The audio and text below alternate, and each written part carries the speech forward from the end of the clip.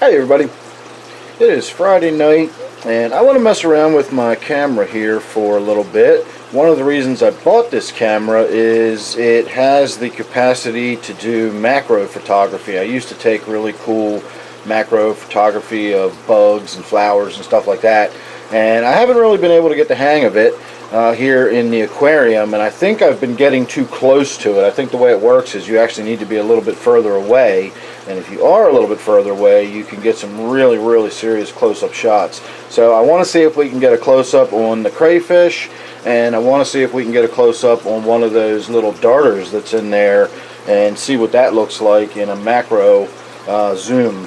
So let's start with the crayfish, because that one's been sitting there for several minutes and he hasn't moved, so I think we'll probably have best success with that.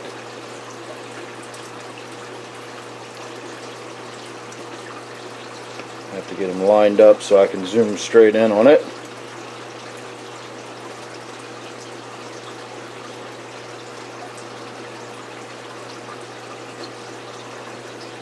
Just trying. There it is. So that's what the shell looks like on the claw, and this is exactly the reason I actually wanted to see if I could get this macro. I was standing here looking at it and I can clearly see all those little pits and divots in the claw and the shell, and I just thought that was really neat and might be interesting to see on camera. So let's see if we can get its face in here a little bit. I know that branch is kind of in the way.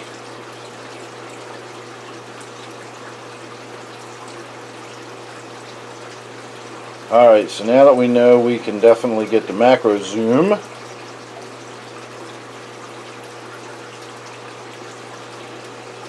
I really wish it would move. It's sitting there picking food off the bottom. I just threw some sinking cichlid pellets in there just so that the crayfish would have something to eat.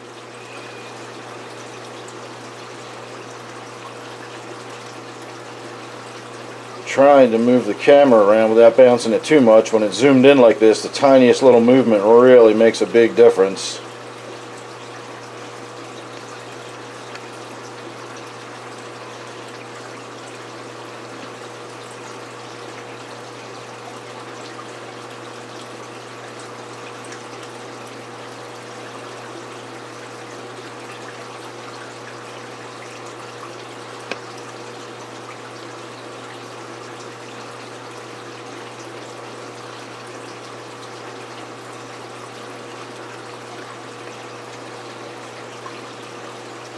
I have a feeling in a moment we're actually going to get to see that darter in the scene somewhere, whether it wants to be or not. Actually, it just landed on the ground right behind the crayfish. So let's see if we can see it.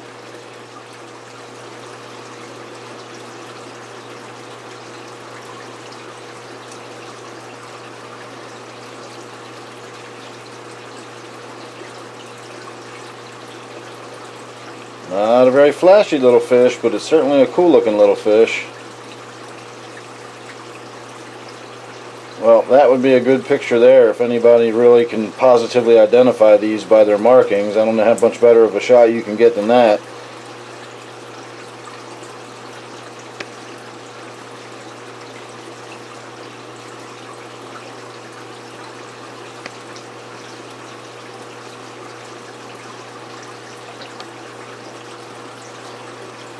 Yeah, I thought this one would be a little tougher to get any decent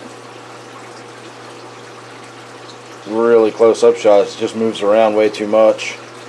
That's not too bad.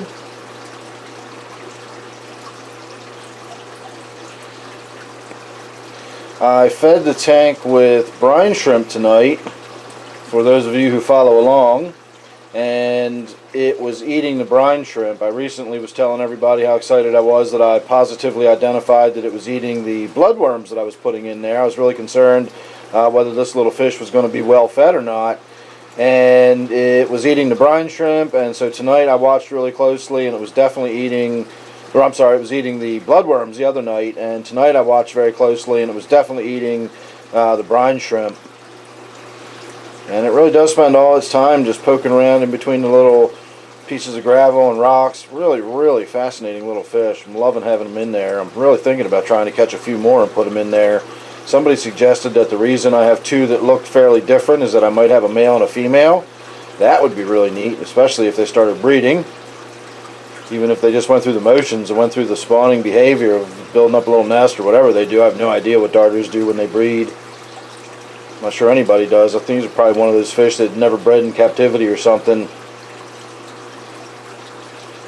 Really wish that crayfish would come out and be a little more active. I can see another one coming into the scene here somewhere. Let's see if we can find him on the seriously zoomed in. That's one of those little mosquito fish. That was pretty cool. And that's one of the other crayfish.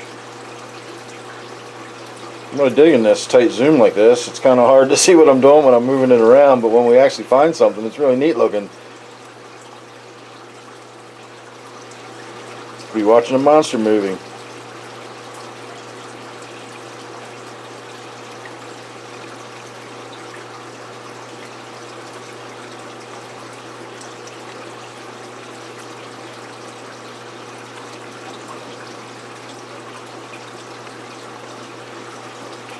Alright everybody,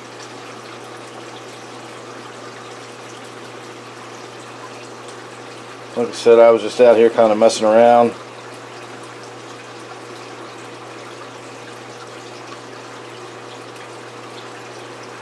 Now this one's back in its original position. Let's zoom back in on it again. Just when I thought I was done, it drags me back in.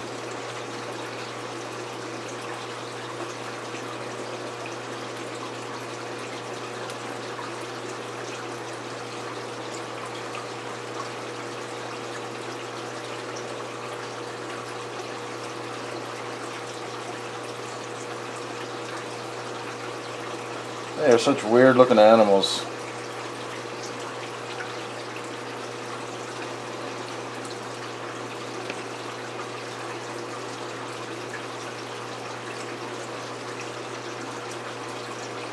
Alright everybody, I'm going to leave you where we started. We'll zoom back out.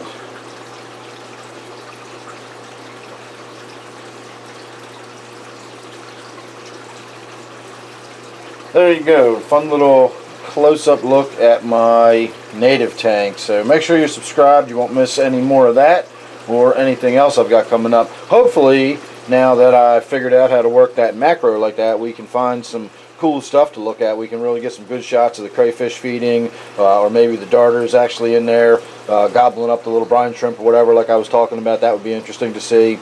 So again, make sure you're subscribed, you won't miss that or anything else. So thanks for watching this, hope you enjoyed that, and I will see you real soon on the next one.